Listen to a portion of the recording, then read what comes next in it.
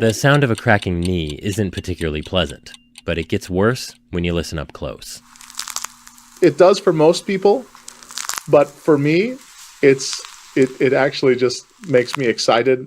Omar Inan, an electrical engineer at Georgia Tech. I actually feel like there's some real information in them that can be exploited for the purposes of helping people with rehab. Inan's experience with cracking knees goes back to his days as an undergrad at Stanford, where he threw discus. If I had a really hard workout, then the next day, of course, I'd be sore. But I would also sometimes feel that I would feel this basically catching or popping or creaking every now and then in my knee. A few years later, he found himself building tiny microphones at a high-end audio company.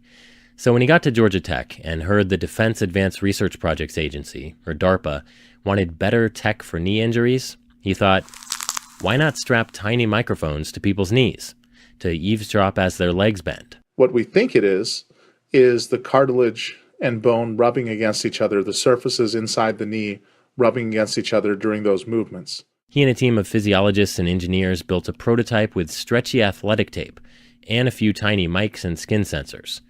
And preliminary tests on athletes suggest the squishy sounds the device picks up are more erratic and more irregular in an injured knee than in a healthy one, which Inan says might allow patients and doctors to track healing after surgery.